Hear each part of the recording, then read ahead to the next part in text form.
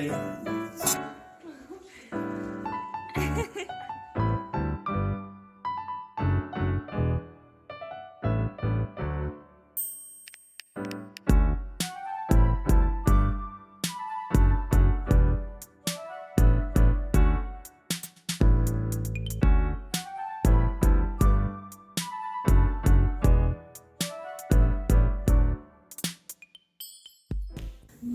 It is time for chapter items. Please express how you feel now. Okay. So, did you say that it was in 사자성어 or something like that?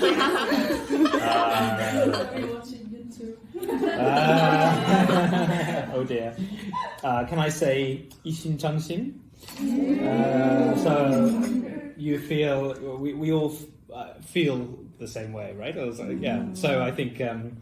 I cannot put into words exactly how I feel, but I feel very delighted to be able to share this moment with you all.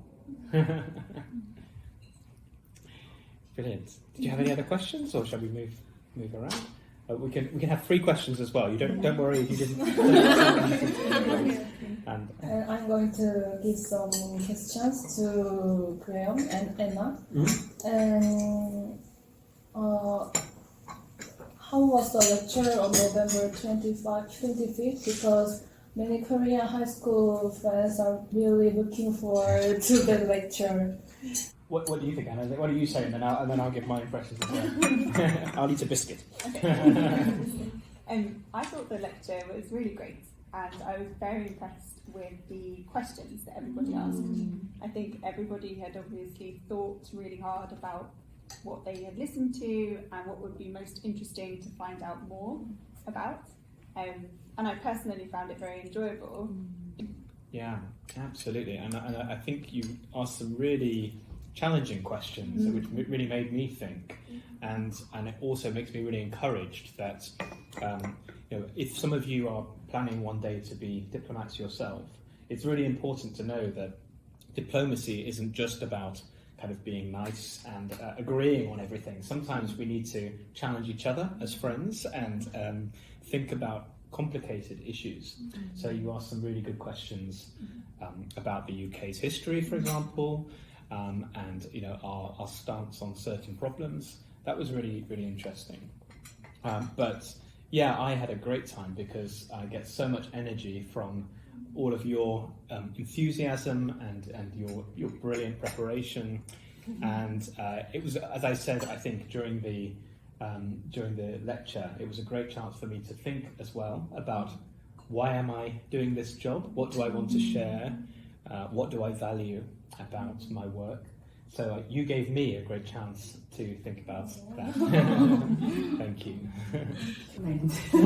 I think we have similar misunderstanding of the group because they are not the one who attended the session, the lecture we did. They are the supporters, a little bit different group. They are the supporters. They are uni students.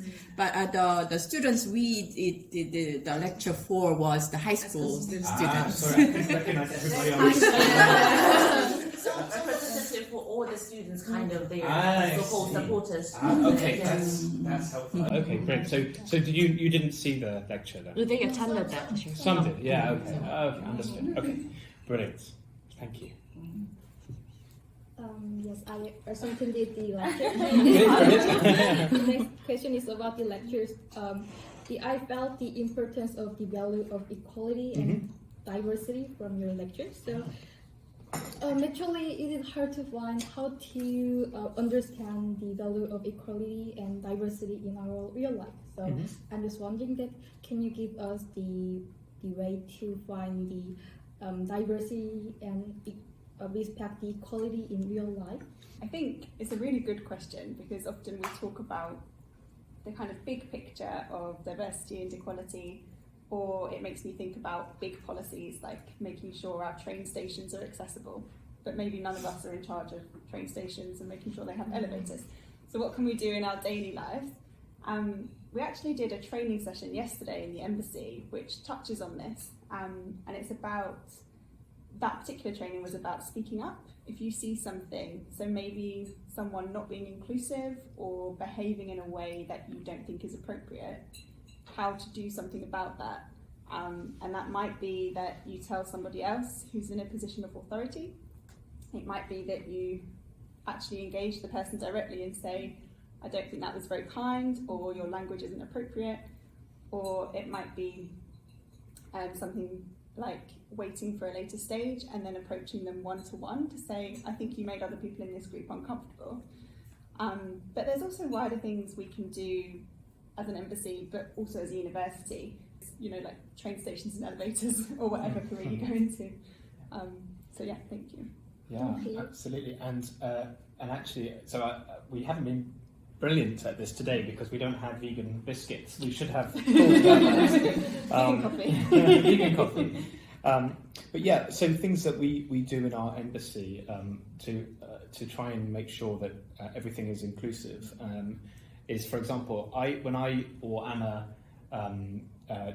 join an event, we try to make sure that ideally we are not just joining an event with one gender present. Usually, unfortunately, it's usually all men, but ideally we would say either way we would like to have both genders represented. Now, gender is one important thing, but it's not the only thing.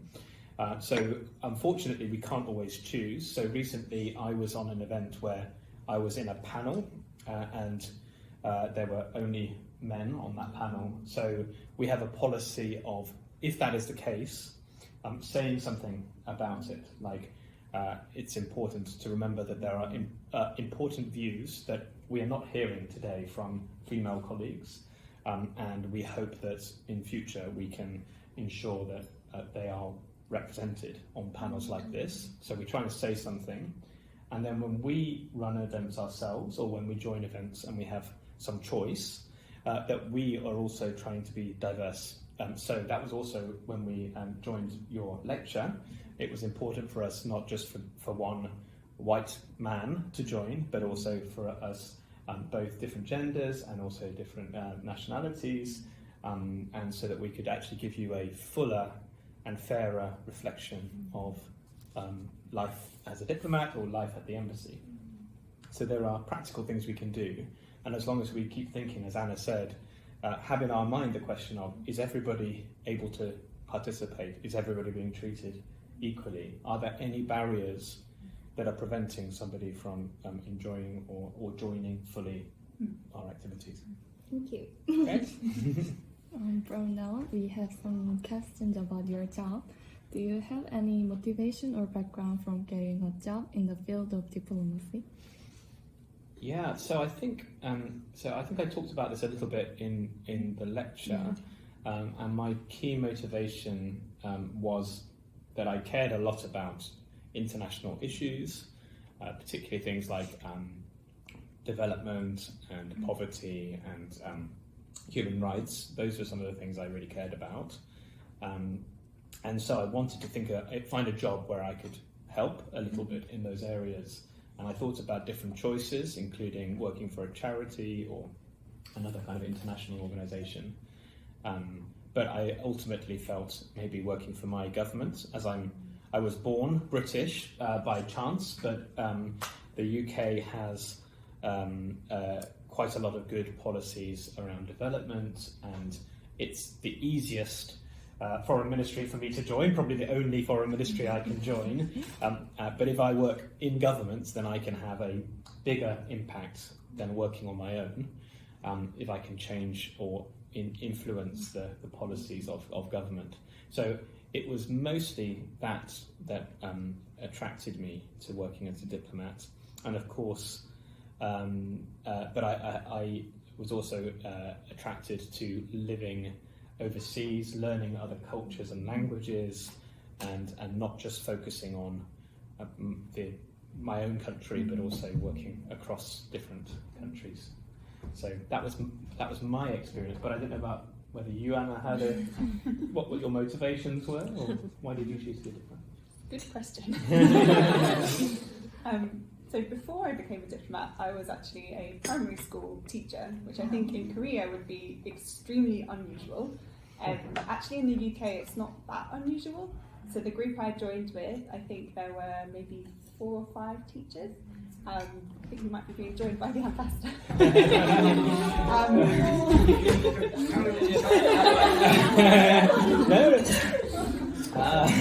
Maybe we'll let him have some cake. Well, yeah, you finish your thoughts.